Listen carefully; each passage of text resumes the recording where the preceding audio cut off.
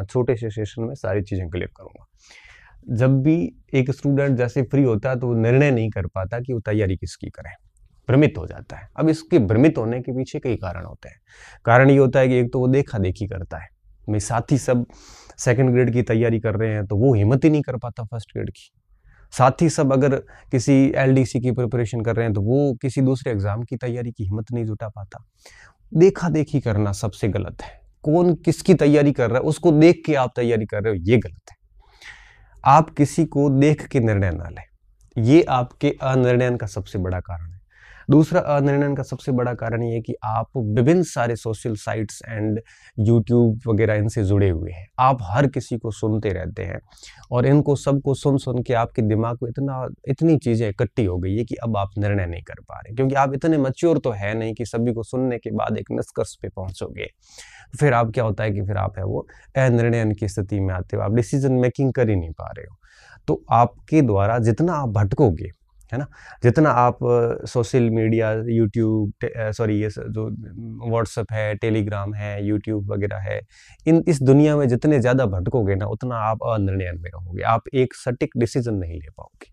और मैं हमेशा कहता हूँ कि कौन सा निर्णय सही होगा, कौन सा निर्णय गलत होगा, ये निर्णय पर डिपेंड नहीं करता, ये आपके ऊपर डिपेंड करता है। आप उसको सही सिद्ध भी कर सकते हो, आप उसको गलत सिद्ध भी कर सकते हो। अगर सही सिद्ध करते हो तो ये आपकी क्षमता है, अगर आप गलत कर पाते हो, निर्णय को गलत सिद्ध कर रहे हो, तो ये आपकी नाकाबिलियत है। ठीक है, निर्णय का कुछ नहीं है। मैं कह रहा हूँ कि आपने डिसीजन ले लिया कि भाई मुझे सेकंड ग्रेड की प्रिपरेशन करनी है, थर्ड ग्रेड की नहीं करनी है, और आपका अगर फर्स्ट सेकंड ग्रेड में सिलेक्शन हो गया तो आप कहोगे कि मेरा निर्णय बहुत सही था। तो ये आपकी काबिलियत है कि आपने उसको सही सिद्ध कर दिया। अगर आप इसी जगह फेल हो गए तो आप कहोगे कि मेरा निर्णय गलत था। गलत निर्णय नहीं था, ये आपकी नाकाबिलियत थी कि आप उस निर्णय को सही सिद्ध नहीं कर पाए। तो निर्णय आपको लेना है, आपको अनिर्णयन की स्थिति में नहीं रहना है।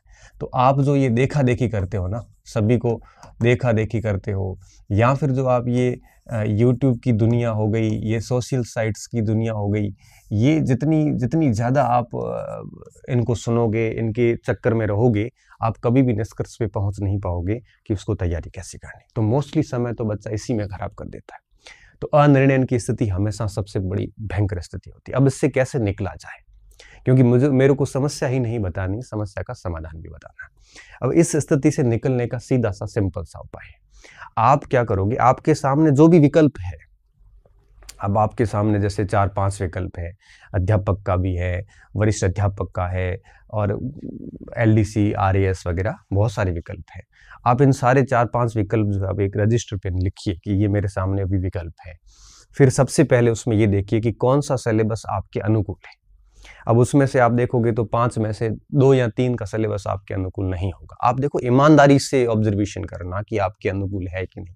खुद से झूठ नहीं बोलना है, क्योंकि कई बार व्यक्ति स्वीकार नहीं करना चाहता कि चीज़ें मुझे नहीं आती और अभी ठीक कर भी नहीं सकता इसको। तो जैसे मैं मेरी बात बताऊं तो 2008-9-10 में मैं एसएससी मेंस भी दे के आया था, सीजीएल का वगैरह, और साथ में बैंकिंग, रेलवे, इनमें भी मैंने माथाफोड़ी करी थी। लेकिन फिर मैंने बड़ा कड़ा निर्णय लिया और देख लिया कि भाई अपने को गणित नहीं आती, अपने को उस लेवल की रीजनिंग नहीं आती जो बैंकिंग में आती। मैंने वो सारे ऑप्शन डिलीट कर दिए कि इसका फॉर्म भी नहीं डालना है। क्यों? क्योंकि ये सिलेबस मेरे दायरे में नहीं है, बात खत्म, है ना। तो इस तरह से आप निर्णय करते वक्त सिलेबस देखिए। अब आपने सिलेबस तय कर लिया कि भाई ये एग्जाम, 2 एग्जाम हमारे से नहीं होंगे, इन 2 तुलना में ये 3 फेवर में है। अब जो 3 फेवर में है उसमें आप ये देखिए कि आप इनमें से पहले किसकी बढ़िया तैयारी कर चुके हैं, उनको प्राथमिकता में रखिए, क्योंकि हो सकता है कि वो तैयारी की भी है आपकी तो आगे काम आ जाएगी। अच्छा, 2-3 परीक्षाएं हैं जिनका सिलेबस सेम है तो साथ में चल सकते हो अगर परीक्षा लेट है तो इस तरह से सोच लीजिए, 1-2 तैयारी साथ में कर लीजिए। अगर सिलेबस सेम है और आपके कुछ पड़ा हुआ है तो आप उसको साथ में ले सकते हैं। इसके अलावा ये भी देखिए कि किसकी वैकेंसी जो है वो सबसे पहले आने की संभावनाएं हैं। तो इन सारे फैक्टर्स को मैच करिए।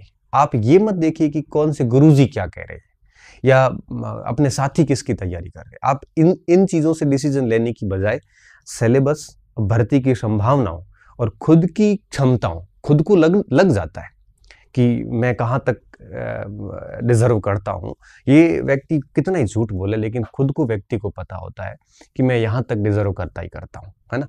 हालांकि उससे ज़्यादा ही डिजर्व करता वो, लेकिन कम से कम उसको पता होता है। इन सारी चीज़ों को पॉइंट में रख के आप एक डिसीजन ले लीजिए कि आपको किसकी तैयारी करनी है। मैं बताऊँ 2015-16 की बात। 16 में क्या हुआ था कि RAS का एग्ज़ाम और कॉलेज लेक्चर का एग्ज़ाम और फर्स्ट ग्रेड का एग्ज़ाम, ये तीनों हमारे बैक टू बैक थे। जैसे मैं बताऊँ अप्रैल में था 2016 में था आपके RAS का, और फिर फर्स्ट ग्रेड का भी था जुलाई में, और कॉलेज लेक्चर का भी जुलाई में था। अब मेरे समक्ष तीनों में से तैयारी करनी थी, 3 ऑप्शन थे, मेंस का था, RAS का। तो अब देखो हमारा डिसीजन फिक्स था कि RAS का सिलेबस, RAS को तो मैं बहुत ढंग से तैयारी करके दूंगा। अप्रैल में परीक्षा थी, शायद 11, 12, 13 को थी, है ना। फिर कॉलेज लेक्चर और स्कूल लेक्चर का पेपर था। अब मुझे पता था कि कॉलेज का सिलेबस बहुत ज़्यादा है और वो मेरे अभी दायरे से बाहर है, तो मैंने उस ऑप्शन को हटा दिया और फर्स्ट ग्रेड की तैयारी पे फोकस किया। तो फर्स्ट ग्रेड की तैयारी और कॉलेज का सिलेबस काफ़ी कुछ सिमिलर रहता है, तो साथ साथ में हमने थोड़ा थोड़ा कॉलेज का भी पढ़ लिया। तो रिजल्ट ये निकले कि दोनों में हो गया सिलेक्शन, फर्स्ट ग्रेड में भी हो गया और कॉलेज में भी सिलेक्शन हो गया, फाइनल सिलेक्शन हो गया, और RAS का भी उस इंटरव्यू दे के आए। तो कहने का मतलब ये था कि डिसीजन ले लिया था कि इसकी तैयारी नहीं करनी है। तो ऐसा डिसीजन लीजिए, इस अनिर्णय की स्थिति को हटाएं आप, ठीक है। अब देखो, ये अगर अनिर्णय की स्थिति हट गई तो आधी स्थिति सारी क्लियर हो जाती है कि बस फर्स्ट ग्रेड की करनी है, मतलब करनी है, बात खत्म। फिर पीछे मुड़ के नहीं देखना, आपकी जो लिखा हुआ है वो आपको मिल के रहेगा, और माँ सरस्वती तो अपना ऋण कभी रखती नहीं, ये बात तो आप मान के चलिए। देर सवेर कुछ लेट हो सकता है, लेकिन चीज़ें आपको मिलेगी जिस चीज़ों को आप डिजर्व करते हो। तो भर्ती का निर्णय जो है वो आप समय पे लें, ये बहुत ज़्यादा ज़रूरी होता है। इसमें आप लोगों से पूछ सकते हैं, वो भी अनुभवी व्यक्ति से, लेकिन निर्णय अंतिम डिसीजन आपका होना चाहिए, आपकी कैपेबिलिटी, आपकी रुचि, इनके अनुसार। मेरे पास ये प्रश्न बड़ा आम आता है कि सर प्रोफेसर की तैयारी करूं कि RAS की करूं। ये मुझे कैसे पता कि आपकी रुचि क्या है, मुझे कैसे पता है कि आपको कौन सी चीज़ें पढ़ना अच्छी लगती, मुझे क्या पता आपका स्वभाव कैसा है, आप प्रशासनिक चीज़ों को ज़्यादा अच्छे से मैनेज कर पाते हो, अच्छे एडमिनिस्ट्रेटर हो, बनने लायक हो, या फिर अच्छे टीचर बनने लायक हो, मुझे कैसे पता। ये तो आपको डिसीजन लेना है। तब बच्चे पूछते सर इसमें दोनों में से बेस्ट कौन सी है। भाई कोई भी ले ले, दोनों ही बेस्ट है। एक एकेडमिक जगत की हाईएस्ट पोस्ट है, एक प्रशासनिक जगत की हाईएस्ट पोस्ट है। आप जो भी लो, दोनों ही बेस्ट है अपने आप में। आप मैं तुलना कैसे करूं, किसी में सैलरी अधिक है, शांति अधिक है, किसी में आपके पावर अधिक है, पैसे अधिक है, सारी चीजें हैं, अलग अलग है दोनों का। आप ये डिसीजन खुद से लीजिए, किसी से मत पूछिए। क्यों? क्योंकि हर व्यक्ति अपने लेवल से बताएगा, और जब आप एक समस्या लेके, एक बीमारी लेके डॉक्टर के पास जाओगे ना, तो आप देखना कि आप 5 डॉक्टर के पास एक ही बीमारी लेके जाना, 500 डॉक्टर आपको अलग अलग टैबलेट्स देंगे, क्योंकि हर व्यक्ति का अलग सोचना होता है, हर व्यक्ति का अलग तरीका होता है। तो ऐसे डिसीजन जो होते हैं वो हमेशा आप अपने स्तर पे लाइए, ठीक है। तो भर्ती जो जितनी भी आती है, तो ये आपको कभी भी दूसरी चीज़ों से आप प्रभावित ना हुए, लोग क्या कह रहे हैं हमें इस पर मंथन नहीं करना, क्योंकि परीक्षा आपको देनी, तैयारी आपको करनी है, बाद में नौकरी आपको करनी है, फिर आप दूसरों से क्यों पूछते हो। ये डिसीजन आप खुद से लीजिए, क्योंकि जब तक आप डिसीजन देना नहीं सीखोगे तब तक परीक्षा में ऑप्शन गलत ही होंगे। क्यों? क्योंकि जब आपको भर्ती किस तैयारी करनी इसका डिसीजन नहीं ले पा रहे हो, तो 4 ऑप्शन में से एक ऑप्शन चुनने में कैसे डिसीजन ले पाओगे। तो बड़ा स्टैंड क्लियर रखें अपना, होना ना होना ये बाद की बात है, आपका स्टैंड क्लियर नहीं है, इतना कॉन्फिडेंस कहाँ से आएगा जब आप निर्णय नहीं कर पा रहे। मुझे ये भी पता नहीं चल रहा है कि मुझे किधर जाना है, तो फिर कॉन्फिडेंस कहाँ से आएगा। ये कॉन्फिडेंस कोई खरीदने वाली वस्तु थोड़ी है, ये अंदर से निकलता है, और ये अंदर से कब आता है, जब हमारे निर्णय बड़े सटीक होते हैं कि मुझे ये करना, मतलब करना, बाकी बातें बाद में। आप बीच में सिचुएशंस को नहीं ला सकते। दूसरी बात, दूसरी स्थिति ऐसी क्यों आती है, सामग्री का चयन। सबसे बड़ी समस्या यहाँ पे आती है। भर्ती की चलो स्टूडेंट कर लेता है लास्ट तक जाते जाते कि अध्यापक की करनी है या जो भी करनी है। अब दूसरी सबसे बड़ी समस्या, भर्ती का तय कर लिया, अब सामग्री चयन की समस्या आती है। कई बच्चे क्या करते हैं कि दूसरे बच्चों को देख देख के गाइड्स लेके आ जाते हैं, कई किताबें लेके आते हैं, कोई ऑनलाइन कोचिंग सेंटर से कोचिंग कर लेते हैं। अब आजकल आपको पता है कि एक भर्ती के लिए विभिन्न सारे कोचिंग सेंटर खुले हुए हैं, ऑनलाइन भी हैं, ऑफलाइन है, आपकी 5-5, 7-7 अल्टरनेट है एक दूसरे के, फिर कोचिंग सेंटर्स के नोट्स वगैरह आ जाते हैं वगैरह, बहुत सारा चीज़ें हो गई, इतनी अधिक हो गई है कि आप यहाँ पे सामग्री का चयन नहीं कर पा रहे। अब दिक्कत कहाँ आती है? दिक्कत ये आती है कि जब विकल्पों की अधिकता होती है तो उस जगह निर्णयन की आवश्यकता होती है और आप वहाँ जटिल परिस्थिति में फंस जाते हैं कि फलाना गाइड पढ़ूं कि फलाना गाइड पढ़ूं कि किताब पढ़ूं कि शिक्षक से पढ़ूं कि किससे पढ़ूं। तो मैं आपको एक बहुत स्पष्ट तौर पे बात बताना चाह रहा हूँ कि आपको करना क्या है। देखो, गाइड का करना है कि पुस्तकें जो आती है रेफरेंस बुक्स वो करना है कि कोचिंग सेंटर से शिक्षक से पढ़ना है कि आपको यूं कहिए कि किसी नोट्स से पढ़ना है। मैं सारी चीज़ें बताऊंगा, डिसीजन आपको लेना है। अब 4 ऑप्शन आपके पास जनरली रहते हैं, चारों में से क्या करना चाहिए। देखिए, गाइड की जो व्यवस्थाएं हुई थी वो इसलिए हुई थी कि परीक्षा को जैसे 1-2 महीने रह गई है और आपको शॉर्ट में चीज़ें करनी है तो वो गाइड ठीक होती है। यहाँ पे ये डिटेल में नहीं डाल देते हैं।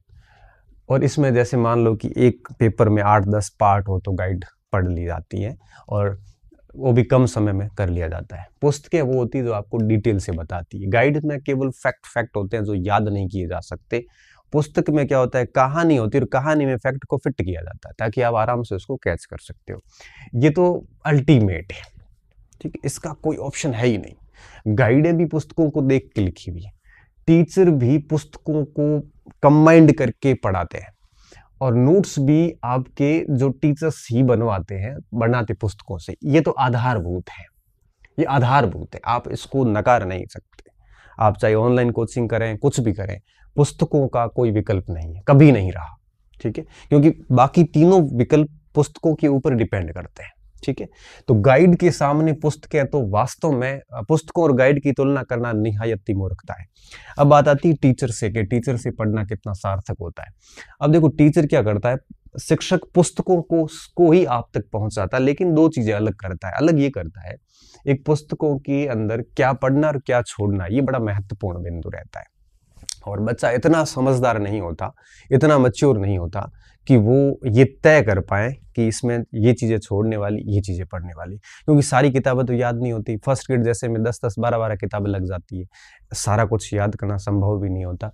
किताबें, पुस्तकें जो है वो टाइम टेकिंग होती है। आप मान के चलिए, अगर आप फर्स्ट ग्रेड में हिस्ट्री की बात करूं और आप पुस्तकें लेके बैठते हैं तो आप मान के चलिए कि आपको 1-1.5 साल तक आराम से हिस्ट्री तैयार करने में लग जाएंगे। एक प्राचीन पढ़नी, एक मध्य पढ़नी, एक आधुनिक पढ़नी, एक वर्ल्ड की पढ़नी, एक राजस्थान की पढ़नी, ये 5 किताबें तो मिनिमम पढ़नी पड़ेगी। और एक बार पढ़ने से कहाँ काम चलता है, किताब को कम से कम 4 से 5 बार पढ़ते हैं तब जाके चीज़ें याद होती है। अब आप 5 किताबों को 5-5 बार पढ़ोगे, इसका मतलब ये होगा एक किताब को अगर 1 महीना भी लगता है ना, तो भी आप मान के चलिए कि 12 से 15 महीने तक अगर लगातार पढ़ोगे तब जाके, तो पुस्तकें टाइम टेकिंग होती है। अब शिक्षक क्या करता है, इन पुस्तकों में से जो महत्वपूर्ण चीज़ें वो छांटता है और फिर वो अपनी भाषा में अभिव्यक्त करता है, सामान्य उदाहरण देता है, आसान भाषा यूज करता है, तो पुस्तकों को आसान तरीके से और चयनित तरीके से आप तक पहुंचा देता है। तो बच्चे को समझने में आसानी नहीं होती, मुश्किलात नहीं होती। और ये पुस्तकों का विकल्प है शिक्षक एक प्रकार से, लेकिन शिक्षक के ऊपर भी डिपेंड है शिक्षक कैसा है, ये भी महत्वपूर्ण आयाम है यहाँ पे। ऐसा नहीं हो कि आप किसी भी ऐसे मार्केट छाप से पढ़ना शुरू कर देते हैं, वो तो आपको लग जाता है 5-7 दिन के अंदर ही कि आप सही शिक्षक के पास में नहीं है। जनरली मैं मानता हूँ कि शिक्षक जो भी आता है खराब नहीं होता, क्योंकि वो पूरी मेहनत के साथ ही आता है ना। अब बात आती है नोट्स की। खुद बनाते हो तो है सही, दूसरों से मांगते हो तो कभी भी पूर्णता का भाव नहीं आएगा, कभी भी अंदर से कॉन्फिडेंस नहीं आएगा कि मेरी तैयारी पूरी है। तो इनमें से चारों में से, अच्छा मैं ये मानता हूं कि आप जो भी पढ़ें अगर एक पर विश्वास कर लें तो, अब पुस्तकों में से भी आजकल आपको पता है कि ढेर सारी पुस्तकें आ गई, तो मेरा ये मानना है कि अगर आप गाइड के साथ जा रहे हैं तो गलत जा रहे हैं। क्यों? कोई भरोसा नहीं है। हालांकि कोई एक आधे पार्ट के लिए पढ़ सकते हो, लेकिन 20 तैयारी गाइड को करके बनाते हैं तो सच में आप कहीं ना कहीं नुकसान करने जा रहे हैं खुद का। हाँ, कोई सेगमेंट, कोई विशेष सेगमेंट किसी गाइड से पढ़ लिया, जैसे स्कूल मैनेजमेंट पोर्शन आता है तो किसी गाइड से देख लिया, तो वो कोई बुरा नहीं है। लेकिन आप हिस्ट्री के हर कोई गाइड लेके बैठे हैं तो फिर नुकसान वाली बात है। पुस्तकें, सारा पुस्तकों से पढ़ोगे तो उसको टाइम बहुत अच्छा खासा लग जाता है। टीचर से ठीक ऑप्शन है, क्योंकि कम समय में सारी चीज़ें हैं वो करवा देता है।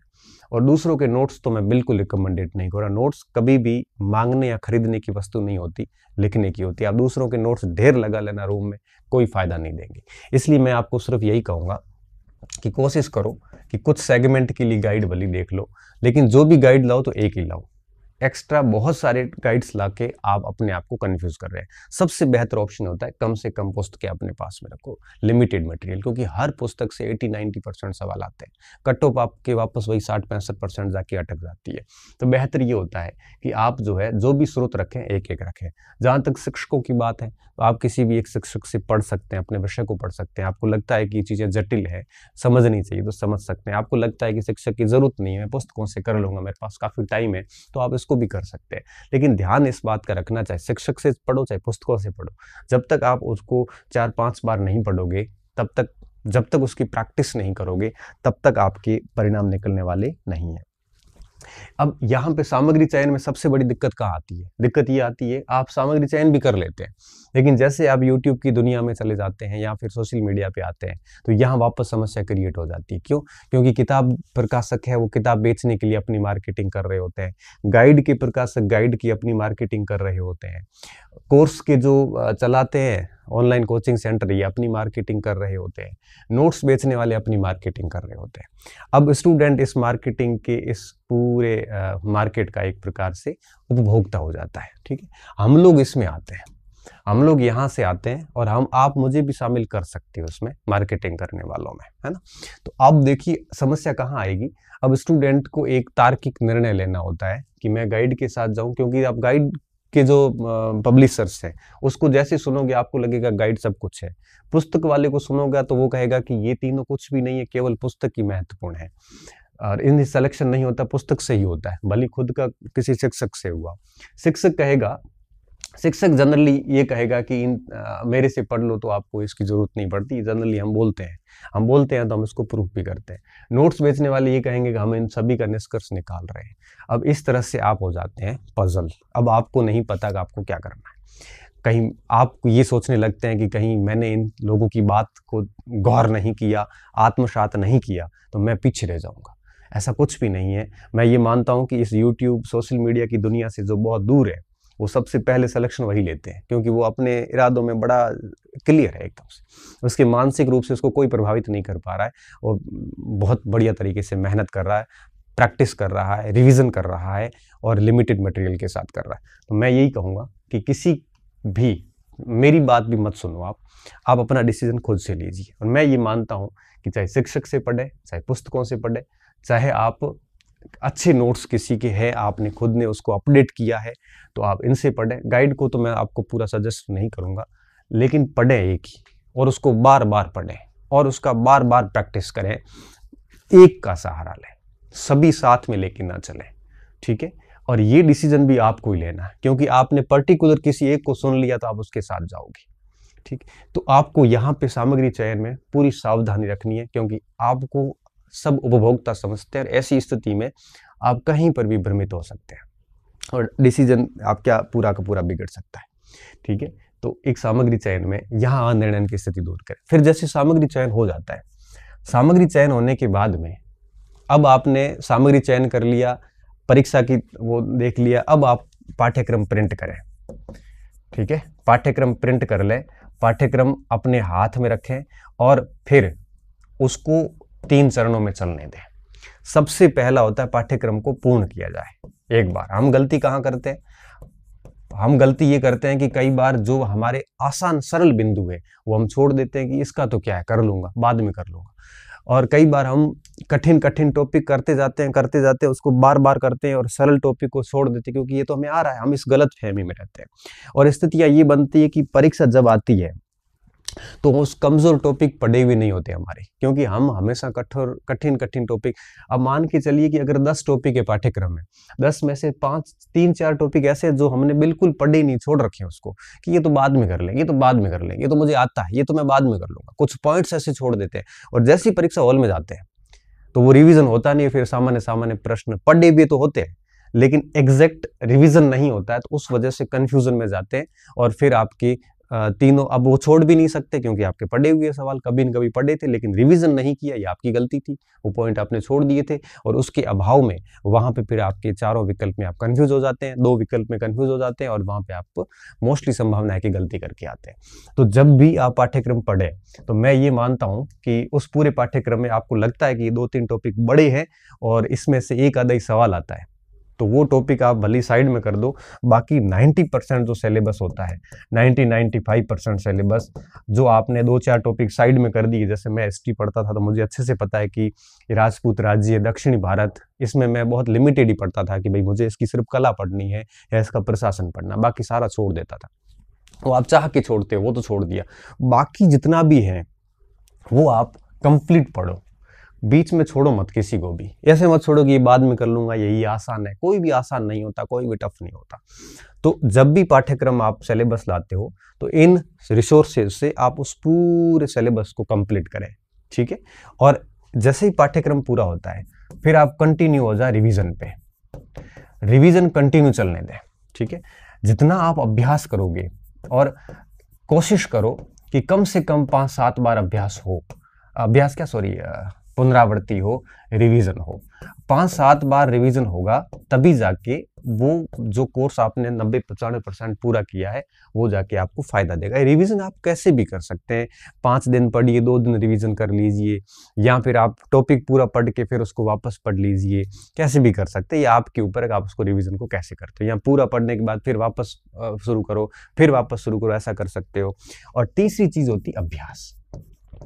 ये 3 चीजें बहुत ज्यादा जरूरी है। अभ्यास कब शुरू होता है? अभ्यास होता है रिवीजन और इसके साथ में। पहले जब पाठ्यक्रम पूरा करते हो तब तक अभ्यास की जरूरत नहीं है ना। आप अभ्यास कब करोगे? रिवीजन के साथ में। कैसे किया जाता है? जैसे मैं एक उदाहरण देके बताता हूँ। जैसे आप इतिहास का एक पाठ पढ़ रहे, सिंधु घाटी सभ्यता, ठीक है। आप सिंधु घाटी सभ्यता के आपके हाथ से नोट्स बने हुए थे या फिर आपने पूरी पुस्तक में से नोट आउट चीजें कर रखी थी, उसको आपने पूरा रिवीजन किया। रिवीजन करने के बाद में आप पुराने पेपर लाइए। अभ्यास हमेशा पुराने पेपर से किया जाता है तो बेहतर है, ठीक है। पुराने पेपर सारे निकाल दिए, फिर आप नए प्रश्नों की तरफ जा सकते हैं। टेस्ट सीरीज से अवॉइड करो अभी स्टार्टिंग में, टेस्ट सीरीज लास्ट में दे दो 2-5 टेस्ट, इसकी ज्यादा जरूरत नहीं है। फिर आप क्या करोगे? सिंधु घाटी सभ्यता के जो भी पुराने पेपर्स आए हैं उन सारे प्रश्नों को एक बार है वो एक बार रिवीजन करने के बाद उसको निकालिए। कोई नया प्रश्न मिलता है तो अपने नोट्स में ऐड कर दीजिए। फिर आपको लगता है कि हाँ सारे प्रश्न देख लिए, कॉन्फिडेंस आ जाएगा। उसके बाद पुनः सिंधु घाटी सभ्यता के उस नोट्स उसी समय रिवीजन कर लो। एक दिन लग सकता है, 2 घंटे लग सकते हैं। क्यों? क्योंकि जब आप वापस सिंधु घाटी को प्रश्न का अभ्यास करने के बाद फिर वापस सिंधु घाटी को जब पढ़ोगे तो जहां जहां प्रश्न आए हुए हैं वहां आपकी नजर जाएगी, अच्छा ये सवाल आया था, अच्छा लोथल भोगवा नदी के किनारे ये आया हुआ था। अब आपका पढ़ने का जो तरीका बदल जाएगा, आप उन चीजों को गौर करना शुरू करोगे। अदरवाइज क्या होता है, कई बार हम पुस्तक तो पढ़ लेते हैं, हम कंटेंट पढ़ लेते हैं, अंडरलाइन भी करते हैं, लेकिन चीजों को गौर नहीं करते। परीक्षा हॉल में जब प्रश्न आता है तो गौर किया हुआ होता नहीं, पढ़ा हुआ तो होता है, फिर हम गलत करके आते हैं। फिर वो कह रहे हैं ना, आते हुए गलत होते, आते हुए गलत इसीलिए होते हैं कि हमने उपन्यास की भांति उस सामग्री को पढ़ लिया, उसमें गौर भी नहीं किया कि इसमें किस टाइप का प्रश्न आ सकता है, इसमें ऐसे भी प्रश्न आ सकता है। पुराने प्रश्नों का नेचर नहीं समझा, पुराने प्रश्नों को हल करने के बाद वापस उस कंटेंट का रिवीजन नहीं किया। ऐसी छोटी छोटी गलतियां जो होती है ना, बेसिकली वही परीक्षा हॉल में गलतियां करवाती है। आप अगर ये सोच रहे हो कि भाई परीक्षा हॉल के अंदर जो है वो आपकी हमारी गलतियां होती, परीक्षा हॉल में गलती होती है आपकी तैयारी के कारण। परीक्षा हॉल में कोई भगवान आपके खिलाफ नहीं है, परीक्षा हॉल में कोई आपसे किसी की आपसे कोई दुश्मनी नहीं है, पेपर आपका ही खराब नहीं हुआ, सभी का होता है। तो मेरा ये मानना है कि हमें परीक्षा हॉल के अंदर प्रश्नों की गलतियों के लिए आप अपने आप को दोष ना दें, उस समय को आप दोष दीजिए आपकी तैयारी को। आपने तैयारी ठीक से नहीं की इसीलिए वो सारे गलत हुए। हम क्या करते हैं, 30 से 35 प्रश्न ऐसे 2 ऑप्शन में तुक्के मार के आते हैं। 2 ऑप्शन में 30-35 में से जैसे 20 सही हो गए, 15 गलत हो गए, तब हम दुनिया को यह क्या कहते हैं कि मैंने जो अटेंड किए मेरे सारे गलत हुए। अच्छा 15 गलत हो गए और 20 सही हुए, उसके बारे में किसी को नहीं बताएगा। फिर वो क्या कहेगा कि जो 20 सही हुए हैं ना, ये तो मुझे आते थे। अच्छा, जो 2 ऑप्शन में कंफ्यूजन में थे, मैं बहुत विश्वास के साथ कह सकता हूं जब 100 प्रश्न परीक्षा में आते हैं, एग्जैक्ट हर स्टूडेंट को 50 से ज्यादा नहीं आते, 50-60 एग्जैक्ट आते हैं। तो सीधे टिक करते हैं। पीछे 40 प्रश्नों में से 10 छोड़ने जैसे होते हैं, 30 प्रश्न ऐसे होते हैं जिसमें डबल डिप में विद्यार्थी होता है कि 2 प्रश्न 2 ऑप्शन में रहता है, कंफ्यूजन में रहता है। वो 30 के 30 जब करता है तो उसमें से मान लो उसके 10 या 12 सही हो गए तो 18 गलत हो गए। अब जो 10-12 सही हुए हैं उसको वो स्टूडेंट बाहर आके ये झूठ बोलता है कि ये तो 12 मुझे आते थे और मैंने बाकी के 18 जो डबल डिप में किए, जो 2 ऑप्शन में कंफ्यूज थे, वो मेरे सारे गलत हो गए। मतलब वो ऐसे प्रिटेंड कर रहा है जैसे भगवान की उसके साथ में विशेष कोई दुश्मनी है। इतना झूठ क्यों बोलते हो? बेहतर है यही कह दो कि मैंने 30 प्रश्न 2 ऑप्शन वाले किए थे, जिसमें से मेरे 12 सही हो गए, 18 गलत हो गए। सभी के होते हैं। और ऐसी स्थिति क्यों आती? क्योंकि आप विकल्प पर पूर्ण रूप से निर्भर है। ऐसा बहुत कम स्टूडेंट है जो प्रश्न पूछने के बाद विकल्प को देखे बिना उत्तर देने का प्रयास करता है। आपकी स्थिति ये हो रखी है कि जब भी आपको कोई प्रश्न पूछा जाता है आप सीधा कहते हो ऑप्शन दो। जब आप ऑप्शन पे इतने डिपेंड हो तो इसका मतलब साफ है कि आपको आपका रिवीजन पूरा नहीं है। इसका मतलब साफ है कि आपने ठीक से कंटेंट पढ़ा नहीं है। अब आपको विकल्प की आवश्यकता महसूस हो रही है। अगर आपने ठीक से पढ़ा है तो विकल्प की जरूरत नहीं होती। विकल्प की जरूरत होती है डिस्क्रिप्टिव जो प्रश्न आते हैं जिसमें 4 बड़े बड़े कथन आते हैं, वहां विकल्प की आवश्यकता होती है। छोटे छोटे फैक्ट के लिए कहां विकल्प देखना पड़ता है? तो आपने तैयारी के लेवल पर ही गलतियां करी है, उसी वजह से उसका परिणाम आपको परीक्षा हॉल में देखने को मिलता है। जब आप आते हुए गलत कहते हो, आपकी मैं भाषा में बात करूं तो आते हुए गलत होते हैं, मुझे बड़ी दया आती है उस समय कि आते हुए गलत कैसे हो सकते हैं। तो आप इस जगह सुधारिए, अपने आप को विकल्प पर निर्भर मन ना रखें। और अगर आप 5-7 बार अच्छे से रिवीजन करते हैं, ढंग से प्रैक्टिस करते हैं, किसी टेस्ट सीरीज की जरूरत नहीं होती। टेस्ट सीरीज का फॉर्मेट अब आया और बड़ा गंदे तरीके से आया। अब स्थिति ये बनी हुई है कि टेस्ट सीरीज का लेवल और परीक्षा एजेंसियों का लेवल मैच नहीं करता। टेस्ट सीरीज वाले यूं ही उलूल जुलूल सवाल बना देते हैं, टफ अंदर से निकालते हैं, सरल सरल छोड़ देते हैं। हम फिर वो इसी अनुरूप पढ़ना शुरू करते हैं और एग्जाम हॉल में जाके कहीं न कहीं मात खा के आते हैं। ये टेस्ट सीरीज पहले हमने तो कभी जिंदगी में नहीं दी। तो बेहतर ये होता है कि पुराने प्रश्नों का ढंग से अभ्यास कीजिए और परीक्षा में जाने से पहले 10, 15, 20 दिन, महीना पहले 2-4 टेस्ट दे दो, आपका टाइम मैनेजमेंट का पता चल जाएगा। बाकी टेस्ट सीरीज का कोई रेलेवेंस नहीं रहा वर्तमान में। हकीकत की बात मैं यही बता रहा हूँ यार। एक कोचिंग सेंटर वाला 40-40 टेस्ट लेता है, इतने प्रश्न बनाएगा कहाँ से? फिर वही प्रश्नों का लेवल नहीं रहता, फिर वही फालतू प्रश्न पूछ लेते हैं, वो इमर्जिंग प्रश्न पूछ लेते हैं जिसका कोई सेंस नहीं होता। हम फिर उस अनुरूप तैयारी करना शुरू कर देते हैं। फिर वो टेस्ट सीरीज का शेड्यूल अलग चलता है, आपका तैयारी का शेड्यूल अलग चलता है, फिर मैच नहीं कर पाते, फिर नंबर कम आते हैं, फिर आप टेंशन में आते हो, फिर फालतू आपका अवसाद वगैरह बहुत सारी चीज़ें जो समस्या का कारण बनती है। तो आप अभ्यास कीजिए पुराने पेपर से, बढ़िया तरीके से कीजिए। 4 किताबें लाइए भले पुराने पेपर्स की, सारे प्रश्नों को निकालिए। और वो कब करना है? रिवीजन के साथ। पहले कोर्स पूरा करना पड़ता है, वो बाद में ये सारी ये चीजें साथ में चलती।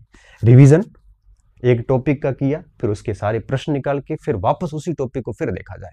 तब आप देखना दूसरी बार जब उस टॉपिक का रिवीजन कर रहे होते हैं प्रश्नों के बाद, तब आपकी शैली बदल जाती है। ये चीजें करोगे तब जाके आपके दिक्कत नहीं आएगी। तो पहली गलती कैसे सुधारनी है मैंने बता दिया। फिर सामग्री का चयन आपको सुधारना है। ये दुनिया, सोशल मीडिया की दुनिया से दूर रह के खुद से डिसीजन लीजिए। और फिर तीसरा आता है पाठ्यक्रम को प्रिंट कीजिए, बढ़िया सा कंटेंट सामग्री का चयन कीजिए, फिर उसको अच्छे से पूरा कीजिए। शॉर्ट नोट्स बना सकते हो तो बनाइए, और फिर 5-7 बार रिवीजन और साथ में अभ्यास, ये चलते रहो आप ऐसे। इस दौरान आप ये मत पूछो परीक्षाएं कब होगी, भर्तियां कब आएगी, कट ऑफ क्या रहेगी, ये अननेसेसरी प्रश्न होते हैं। और ये तीसरा पॉइंट करने के बाद में फिर जो चौथा बिंदु आता है विद्यार्थियों, वो आता है एग्जाम हॉल में फिर क्या करना होता है। ठीक है, अब एग्जाम हॉल की स्थिति आती सबसे लास्ट में जाके। अब परीक्षा हॉल, ठीक है। और मैं ये मानता हूं कि अगर आपने पहले के जो 3 कदम है ये ठीक तरीके से किए हैं तो यहां पे गलती नहीं होती। यहां पे फिर क्या गलती हो सकती है कि प्रश्न को 3 बार 2 बार पढ़िए। प्रश्न पढ़ने में जल्दबाजी मत करिए। नहीं पूछा है कि हाँ पूछा है, उसके ऊपर घेरा कर दिया जाए। फिर ऑप्शन करते हो तो प्रश्न के ऑप्शन को एलिमिनेट करें, डी एलिमिनेट करें, फिर कहें कि भाई ये उत्तर निकलेगा। बिना ऑप्शन देखे उत्तर निकालने की कोशिश कीजिए, समय का ख्याल रखिए। ये बातें तो ठीक है, ये सबसे लास्ट में काम आती है। और इन 3 लेवल पे ढंग से काम हुआ है तो यहाँ पे समस्या नहीं आती है। ठीक है, तो ये बातें अगर आप ध्यान रखोगे तो निश्चित तौर पे बिल्कुल दिक्कत नहीं आएगी। मैं अल्टीमेटली लास्ट में यही कहूँगा कि अच्छा सा निर्णय लें। आप कह रहे हो कि मैं बेरोजगार हूँ, सीधी फर्स्ट ग्रेड की कैसे करूँ? कोई फर्क नहीं पड़ता, सीधी फर्स्ट ग्रेड भी खूब बच्चे बने हैं, हम लोग बने ही थे। हम सेकंड ग्रेड से सीधी फर्स्ट ग्रेड, मैंने अध्यापक की परीक्षा कभी नहीं दी। आप कहोगे कि सर हम बाकी मेरे दोस्त गाइड से पढ़ रहे हैं, तो कोई बात नहीं, आप अपने स्तर पे पढ़िए, आपको क्या पसंद है। कईयों को गाइड अच्छी नहीं लगती, कई आप कहोगे सर पुस्तक में टाइम लग रहा है, कोई बात नहीं, टाइम तो लगेगा, एक विषय अच्छा करने में समय तो लगता ही है, आप घास काट ही नहीं सकते।